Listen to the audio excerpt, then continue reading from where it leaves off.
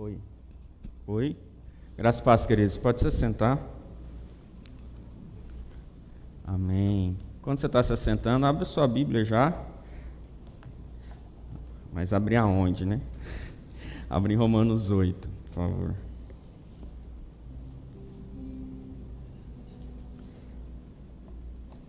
Romanos capítulo 8.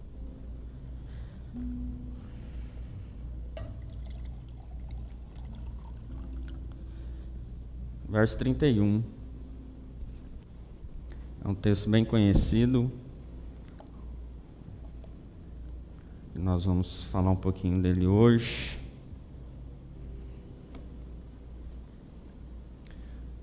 Encontraram? Amém? Deixa eu dar show. Romanos 8, 31.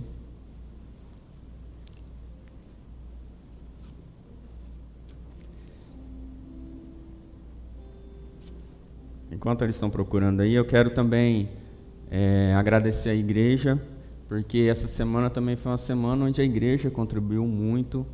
Nós estamos diariamente indo nos hospitais, levando uma mensagem por escrito, de fé, de força para aqueles profissionais de saúde, que eles estão numa correria esses dias. Então, a igreja tem contribuído muito também com alimentos. As irmãs também estão levando lá café da tarde, janta para os profissionais ali na Santa Casa, e nós agradecemos o empenho da igreja em nome de Jesus.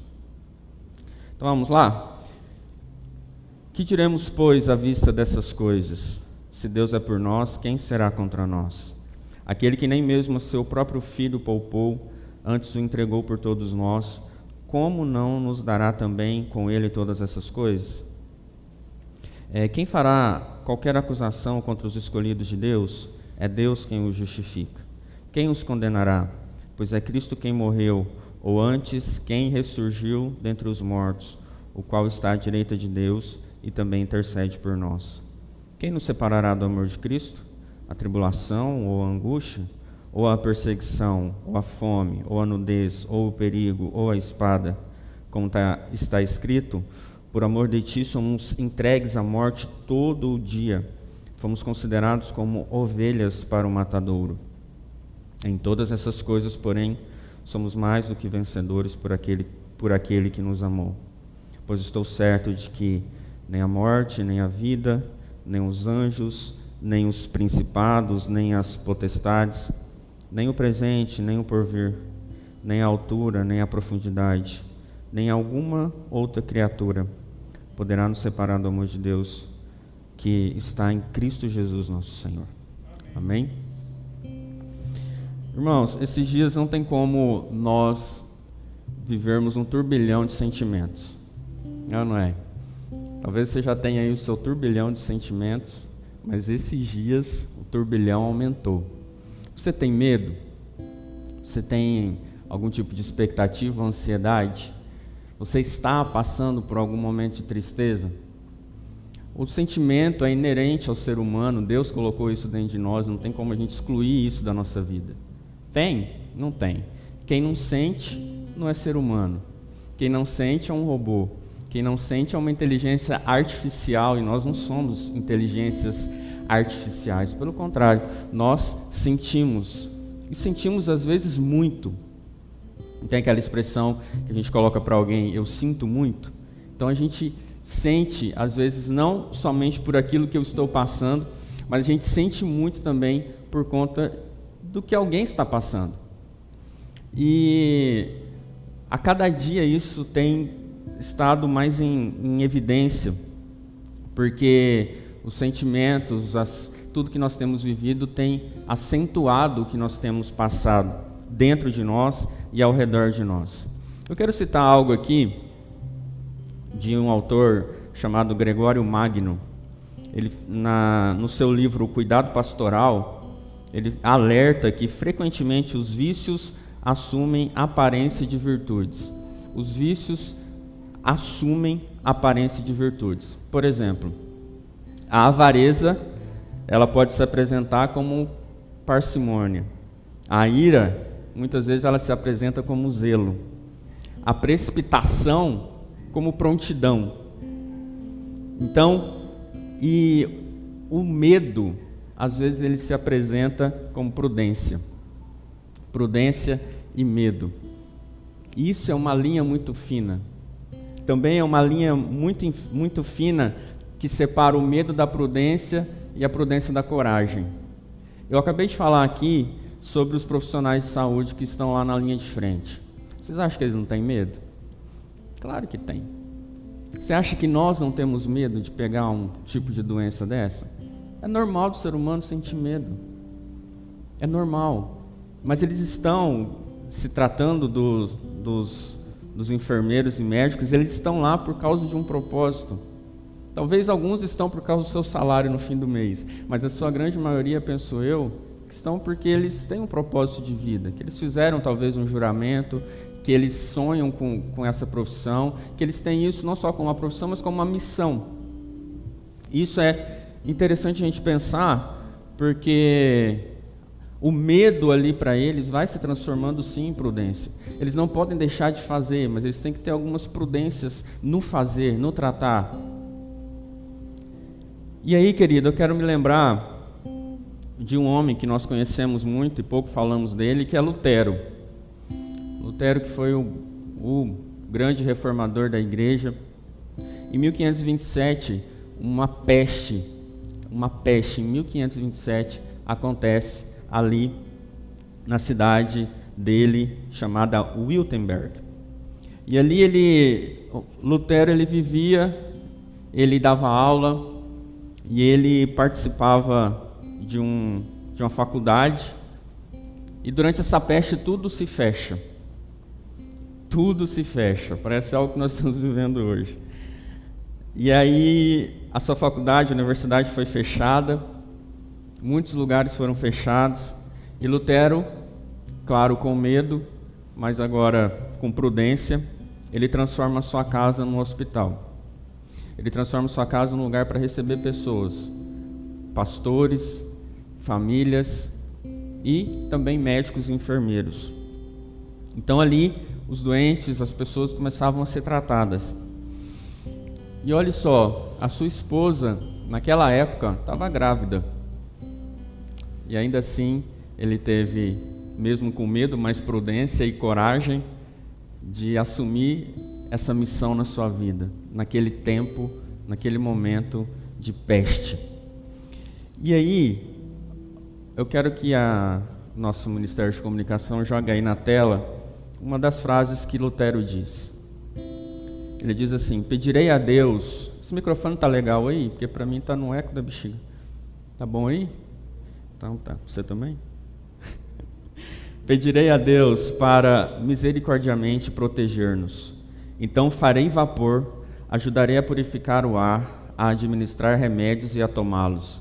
Evitarei lugares e pessoas onde minha presença não é necessária para não ficar contaminado. E assim, porventura, infligir e poluir outros, e portanto causar a morte como resultado da minha negligência. Se Deus quiser me levar, Ele certamente me levará, e eu terei feito o que Ele esperava de mim. E portanto não sou responsável pela minha própria morte, ou pela morte de outros. Se meu próximo precisar de mim, não evitarei o lugar ou a pessoa, mas irei livremente, conforme declarado acima. Veja que essa é uma fé que teme a Deus, porque não é ousada nem insensata e não tenta a Deus. Olha as palavras desse homem, parecem ser tão atuais, né? Ao mesmo tempo que a gente vê ali que ele criava medidas de segurança para si e para os outros, ele também não deixava de servir aos outros. Ele tinha esse equilíbrio entre o medo e a coragem, o medo e a sua missão, né? Ele tinha esse equilíbrio entre a prudência e o medo e a coragem. Ele também, em alguns outros escritos, diz que algumas pessoas deixaram a cidade com medo de pegar essa peste. E o Lutero, ele dizia: se você quer ir embora, vá, mas vá debaixo de uma direção de Deus. Isso diz muito para nós, queridos, muito relacionado ao nosso sentimento. Seja medo, seja a prudência que nós estejamos sentindo nesse momento, precisamos saber que os nossos sentimentos são legítimos. Os nossos sentimentos são legítimos. Nós sentimos. Nós somos corpo, nós somos alma, nós somos espírito. Nós sentimos o arrepio na pele, as lágrimas rolam, nós sentimos uma dor no peito, nós sentimos uma angústia, nós sentimos alegria, nós sentimos cosquinha, a vontade de rir. E como nós precisamos, nesse momento de pressão, às vezes parar e rir, e olhar algo engraçado para trazer um humor na sua vida. Nós sentimos euforia, nós sentimos desânimo, nós rimos, nós choramos, nós cantamos, nós lamentamos. Somos seres humanos. Você é ser humano como eu? Glória a Deus por isso, porque foi assim que Deus nos fez, e a gente tem que estar tranquilo quanto a isso. Porém, entretanto, nós não podemos nos isentar de simplesmente sentir. Então, nós vamos sentir, e nós não estamos isentos de nada, absolutamente nada, nem de sentir o que estamos sentindo, nem de passar por muitas coisas que as pessoas estão passando aí ao nosso redor. A palavra de Deus diz em Mateus 5,45: porque Deus faz nascer o sol sobre os maus e os bons, e vira a chuva sobre justos e injustos. Chove no dia do seu casamento, chove no dia que você precisava sair urgentemente, chove num dia muito importante que você precisava fazer uma prova, choveu. E aí? Deus é contra você? Não. Talvez a mesma chuva que você não queria, o outro precisava. Então, chove. As coisas simplesmente acontecem. Todos nós estamos sujeitos a essas forças da natureza e essas coisas que acontecem. Então, nós não vamos deixar de sentir e de viver nada nesse mundo. Então, e me vem uma questão aí diante disso que eu falei. Sentir e acreditar. Sentir e crer. Como que a gente controla isso dentro de nós? Porque nós dizemos que temos uma fé em Cristo. E olha o texto que eu acabei de ler, e depois a gente vai entrar nele. Mas nós dizemos que nós acreditamos na palavra de Deus. Nós, cristãos, você crê na Bíblia. Você crê no que a Bíblia está dizendo. Você crê nas doutrinas da Bíblia. Você crê naquilo que Deus falou acerca das pessoas que estão aqui na Bíblia. A gente crê, a gente diz glória a Deus, a gente diz aleluia. Nós dizemos amém por aquilo que a Bíblia está proclamando. Prova disso é que nós um dia nos entregamos ao Senhor pela fé. Mas nós não deixamos de sentir todas essas coisas que eu falei anteriormente. Nós não deixamos de passar tudo que nós estamos passando. E onde que a fé, onde que a doutrina bíblica, onde que o Evangelho entra nisso? É sobre isso que nós vamos falar hoje. Porque mesmo possuindo uma fé sólida em Cristo, muitos cristãos entram em crises emocionais. Mesmo dizendo, eu sou crente, batizado, tantos anos de igreja, vou na igreja todo domingo, tenho um discipulado constante na igreja com alguém, participo de uma comunidade, de uma célula, mas as crises emocionais estão vindo. As coisas estão acontecendo e eu estou sentindo tudo. Onde que fica o Evangelho nisso? Onde que fica a palavra de Deus nisso que eu estou passando agora? Como aplicar essa palavra na minha vida hoje? Vamos a alguns exemplos. Esses dias eu falei aqui sobre Marta e Maria, sobre a morte de Lázaro. E eu me lembrei para dar esse exemplo para vocês. Quando Lázaro morre, Jesus vai ao encontro daquela família, logo Marta vem ao seu encontro e diz para Jesus que se ele estivesse ali, Lázaro não tinha morrido. Jesus responde para ela, eu sou a ressurreição e a vida, quem crê em mim, ainda que morra, viverá, e todo aquele que vive e crê em mim, não morrerá. E Jesus faz uma pergunta para Marta, você crê nisso? Naquele momento, queridos, e a resposta de Marta, ela diz, sim, eu creio na ressurreição, no fim dos tempos, lá, ela cria na ressurreição. Mas aí Jesus está dizendo que aquele que crê, que vive em mim, ainda que morto, viverá. Ou seja, Jesus estava trazendo aquele entendimento que Marta tinha acerca da ressurreição, um conceito bíblico, uma doutrina bíblica. Jesus estava trazendo para a prática, para a vida dela, para a vivência dela, para o dia a dia dela, para aquele momento de provação que ela estava passando. Então, não era só uma questão de conhecimento, não era só uma questão de, eu creio. Não, agora, aquilo que você crê, aquilo que você professa como a sua fé, é hora dela se tornar palpável. E aí nós sabemos o resultado, aqui, que Lázaro ele é ressuscitado.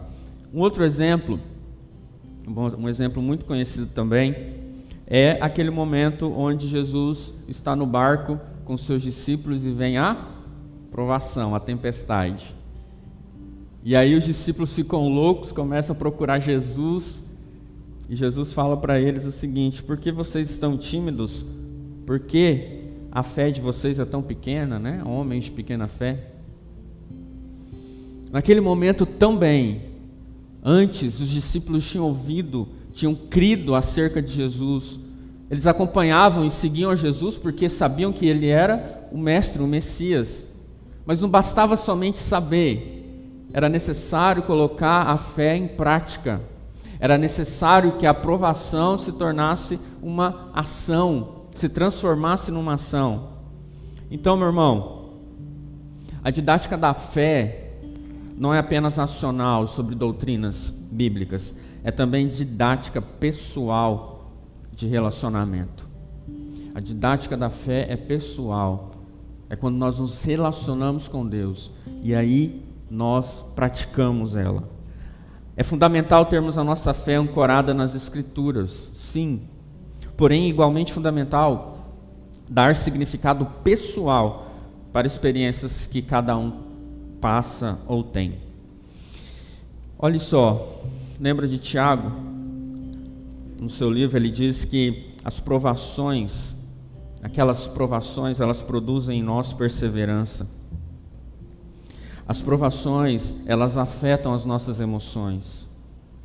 As provações, elas mexem com a nossa vida espiritual. As provações, elas nos tratam de alguma forma. As provações, elas trazem medo, elas trazem ansiedade, mas ao mesmo tempo, ela faz com que nós nos tornamos mais perseverantes. As provações, elas tratam com a gente. As provações, elas estão sobre nós para nos forjar. Deus não nos protege das dificuldades da vida, pois precisamos dessas provações para crescermos. Para crescermos. É nas provações que nós crescemos. As provações testam nossas emoções, que por sua vez exercitam a nossa fé. As provações testam as nossas emoções. E como testam? E aí a nossa fé é exercitada. Esse é o caminho, queridos. Não tem como a gente se isentar de sentir, principalmente nas provações, mas elas vêm, elas tratam com a gente, elas mexem com as nossas estruturas, elas fazem com que a gente busque mais ao Senhor, elas testam as nossas emoções. E aí, a nossa fé é exercitada. Fé. Mas não é apenas fé na fé. Tem gente que fala assim, eu tenho muita fé, quase que adora a sua própria fé. Precisamos ter fé nesse momento, muitos dizem. Parece que a fé por si só basta. Mas não.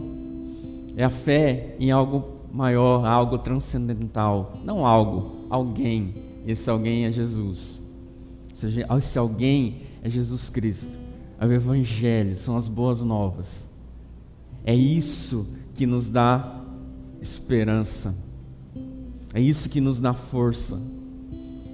Irmãos, provações, emoções e fé, tudo isso meio que embolado, mas ao mesmo tempo nós precisamos trabalhar isso em nós. Provações, emoções e fé, é o que eu quero falar com vocês hoje, com base nesse texto tão lido, tão conhecido, tão lido e lindo, tão profundo. É aqui uma expressão, Romanos 8:31 é o ápice assim que o apóstolo Paulo traz sobre a salvação. Aqui, especificamente, ele está falando sobre para os salvos, para aqueles que um dia reconheceram Jesus, para aqueles que um dia se entregaram a Jesus, aceitaram o seu evangelho, as boas novas, e vivem essas boas novas. E ele traz aqui para nós sobre várias seguranças em Deus que nós vamos acompanhar aqui. Então, como eu disse, não sei se você está me ouvindo, você já professou Jesus, se você já confessou Jesus, mas você vai ter a oportunidade de fazer isso hoje ainda. Mas se você já confessou Jesus, nós não estamos isentos de passar por tribulação. Nós não estamos isentos de pegar um vírus como esse. Nós não estamos isentos. Há prudência. Precisa ter. Às vezes o medo é até demais. E aí a gente vai ver aqui como superá-los. Mas a chuva cai sobre todos, o sol nasce para todos. Não adianta, na maioria das vezes, onde nós... E aí é uma fé bem simplista, onde nós recebemos uma tribulação, uma perseguição ou uma doença, e aí a primeira coisa que a gente pergunta, por que eu, Deus? Eu sirvo ao Senhor há tantos anos. Aí você começa a jogar o seu currículo na mesa de Jesus.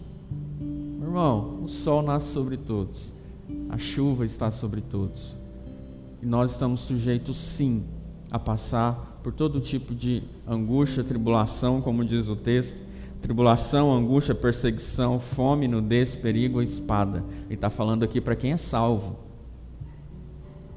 Para quem é salvo. Ou seja, nós vamos passar. Agora a questão é como nós vamos passar. Como que as provações vão forjar as nossas emoções e assim exercitar a nossa fé. Como que as provações vão forjar as nossas emoções e exercitar a nossa fé? É aí que está o X da questão. Então nós vamos entrar lendo Romanos 8:31 de novo. Depois de tudo isso exposto, Romanos 8:31 diz: que diremos, pois, acerca dessas coisas? Se Deus é por nós, quem será contra nós? Quando a gente lê isso, a gente até coloca ela como na camiseta, né? Parece quase um escudo do Capitão América com essa frase: se Deus é por nós, quem será contra nós? Mas antes de entrar nisso, eu quero falar que essa fé em Cristo, nessa palavra, confronta os nossos sentimentos de medo e insegurança. Vou falar de alguns sentimentos aqui. Medo e insegurança. Se Deus é por nós, quem será contra nós? E medos e inseguranças, meus irmãos, meus queridos, eles vêm sobre a nossa vida desde quando a gente é pequeno. Talvez alguns medos que você tenha hoje ainda refletem crises que você teve lá quando você tinha 3, 4, 5 anos, na sua pequena infância. Medos e inseguranças, elas não nascem da gente assim de uma hora para outra. Elas têm uma causa, têm uma raiz. E às vezes, mesmo depois que nós aceitamos a Jesus, alguns medos eles continuam reverberando sobre a nossa vida. Alguns temores eles continuam ecoando sobre a nossa vida, sobre a nossa mente. E aí esses medos nos param. Esses medos nos afogam. Uma criança, por exemplo, para ela não ter medo de algo, ela precisa de algumas afirmações na sua vida. Ela precisa de alguns apoios emocionais dos seus pais, dizendo: ei filha, é por aqui, não tenha medo do escuro, por exemplo. É um clichêzão aí com as crianças, indo bem para as crianças mesmo, medo do escuro. Então você precisa ir lá, você precisa afirmar sobre o escuro, sobre quem ela é, sobre que o papai e a mamãe vai estar aqui. Então esse tipo de afirmação vai gerando o quê? Uma segurança na criança. E uma segurança para um adulto mais seguro também.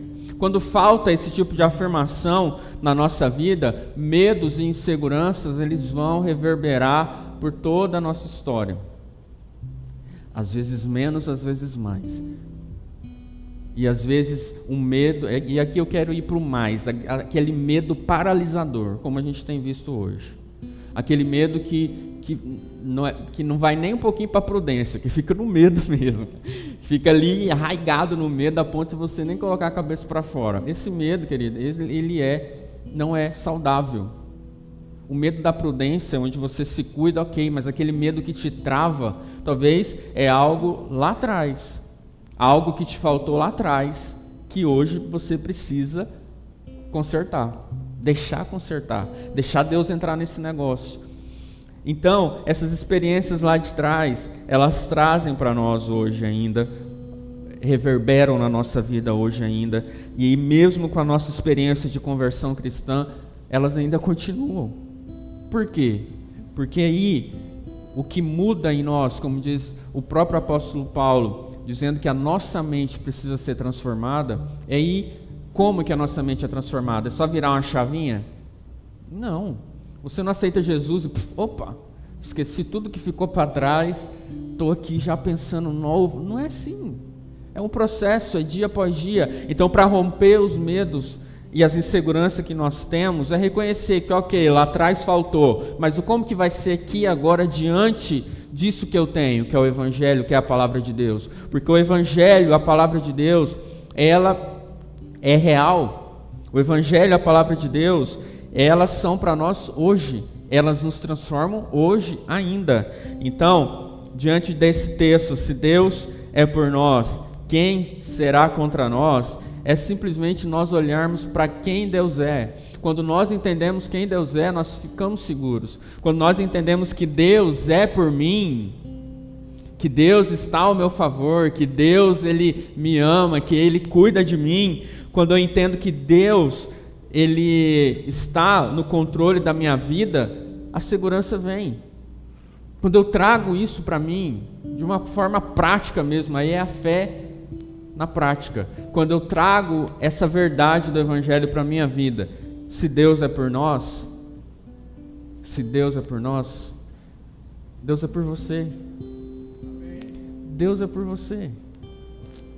Deus é por você. É algo tão simples, mas a gente se esquece. Parece que está tudo contra nós. Parece que tudo trabalha contra nós, mas aquilo que é mais poderoso, que é Deus é por nós, a gente se esquece. Aí é onde a aprovação trabalha a nossa fé, queridos, porque a aprovação vem para provar justamente isso, se você crê, se Deus é por você. Porque a partir do momento que eu creio que Deus é por mim, há em mim uma segurança, há em mim vem o medo, mas ainda é mais forte dentro de mim a segurança de que Deus é por mim. O medo vem, mas ele não me desestrutura, porque eu sei em quem eu tenho crido. Porque eu sei que Deus é esse que eu sirvo. Que evangelho é esse que a gente vive, que a gente não sabe que Deus é Deus? E aí eu poderia citar vários atributos aqui, mas quando você pensa em Deus, como filho dele, o que vem na sua mente, como um pai que é por seu filho, você não faz tudo pelo seu filho, você que é pai? A gente vai atrás, a gente faz isso, a gente faz aquilo, a gente deixa de comer alguma coisa para dar para os nossos filhos, é assim que é o pai. A mesma coisa é Deus, Deus tem esse coração de pai, Ele é por você. Ele é por nós. Então todas as coisas podem vir contra, mas Deus continua sendo por nós. Deus continua trabalhando ao nosso favor. Deus continua sendo Deus sobre a nossa vida. E isso precisa fortalecer e arrancar o medo da insegurança da minha vida, meu irmão. Você está firme em Deus? Você crê que Deus é por você? Se você crê mais ou menos, é tempo de você fortalecer a sua fé. É tempo de você trabalhar, você mergulhar a cada vez mais no Evangelho. A palavra de Deus também diz, no verso 32, aquele que nem mesmo a seu próprio filho poupou, antes o entregou por todos nós, como não nos dará também com ele todas as coisas? A fé em Cristo, meu querido, confronta os nossos sentimentos de ansiedade e aceitação. Aqui a palavra de Deus está dizendo que Deus não poupou nem o seu próprio filho, ou seja, Ele nos considera também como filhos. A partir de Cristo Jesus, nós somos adotados por Deus, e aí nós fazemos parte da família de Deus, nós somos filhos de Deus. E aí por que essa loucura que nós ficamos, essa ansiedade que nós ficamos com as coisas, que a gente nem dorme? A ansiedade, a aceitação que a gente fica. Ansiedade, querida, é preocupação em excesso de futuro. E a palavra de Deus em 1 Pedro 5,7 diz: lancem sobre ele toda a sua ansiedade. Sabe por que a gente é ansioso? Porque a gente confia na gente mesmo. A gente confia de que eu vou fazer e o trem vai dar certo. A gente confia de que aquilo que eu fizer, eu sou autossuficiente, eu sou autodependente, eu dependo só de mim. Então, aquele que é ansioso, ele fica pensando no que ele pode fazer para resolver aquela situação, e aí ele não dorme, aí fica com dor de cabeça, aí fica mal, e aí fica... Mas a ansiedade que nós temos, 1 Pedro está dizendo, é para nós lançarmos sobre o Senhor. Ele não está dizendo que você não vai ter ansiedade. Vai, é normal. E existe uma ansiedade boa que te leva a fazer algumas coisas. Se é para você fazer, então faça. Mas aquilo que não depende de você, lance ao Senhor as suas ansiedades. Por quê? Porque como um pai que ama o seu filho, ele tem cuidado de você. Ele cuida de nós. Ele nos aceita. Então nós não precisamos correr atrás de aceitação. Deus não poupou, Deus entregou o seu próprio filho. E Ele não fará também por você todas as coisas? Ele não te dará todas essas coisas? O bem mais precioso que o Senhor nos entregou, querido, foi a salvação em Cristo Jesus. Foi essa certeza dessa paz que excede todo entendimento. Ele já nos deu. Então vamos ser abundantes nisso. Vamos mergulhar nessa certeza. No Salmo 37 fala sobre confiar, agradar, entregar, descansar. Olha só. Quem está em Cristo, querido, se agrada dele, confia nele, se entrega a ele e descansa nele. Nós precisamos nos lembrar disso. E Hebreus 4,16 diz para nós achegarmos a ele com confiança. Quem é que chega com confiança em alguém? É quem tem intimidade. Um filho se achega com confiança no seu pai, tem certeza que dele vai fluir, vai sair alguma coisa. Assim somos nós. Nós precisamos nos achegar ao Senhor. Por quê? Porque o Evangelho, querido, nos alcançou, como eu disse. O Evangelho não é o bom conselho. O Evangelho é a boa nova do Evangelho. Ele vive como nós cantamos, ele reina, ele se importa. Então está ansioso? Está precisando de um abraço, de ser aceito? É no Senhor que nós encontramos isso.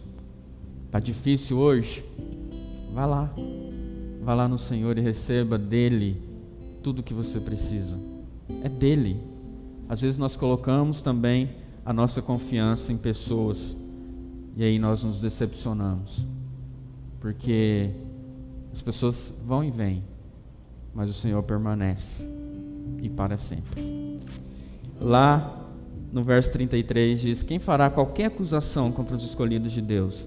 É Deus quem os justifica. Aqui o apóstolo Paulo está falando dessa justificação. Nós éramos pecadores, agora através do sangue de Jesus, nossos pecados são apagados e nós somos justificados diante de Deus, certo? Então, a fé em Cristo confronta também os nossos sentimentos de culpa.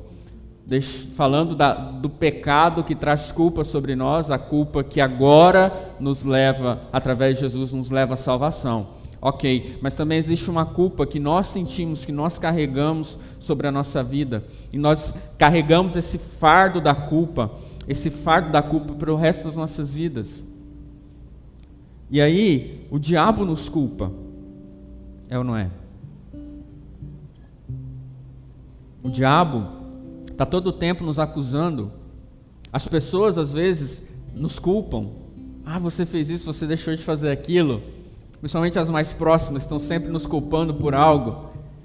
E você se culpa. Não é pouco, mas é muito. Um fardo que você mesmo coloca sobre você. Você se auto-sabota. Culpa sobre você. Uma necessidade, a culpa por ter deixado de fazer algo, e aí você acha que você não vai ser aprovado. A culpa que o Senhor Jesus já levou sobre nós, na cruz, sobre si, na cruz.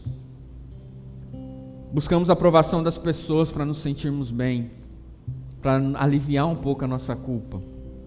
Mas Em Cristo nós temos toda a aprovação que nós precisamos, pois Ele já nos justificou, Ele já nos resgatou, Ele já nos trouxe. O Evangelho nos torna aceitos diante de Deus.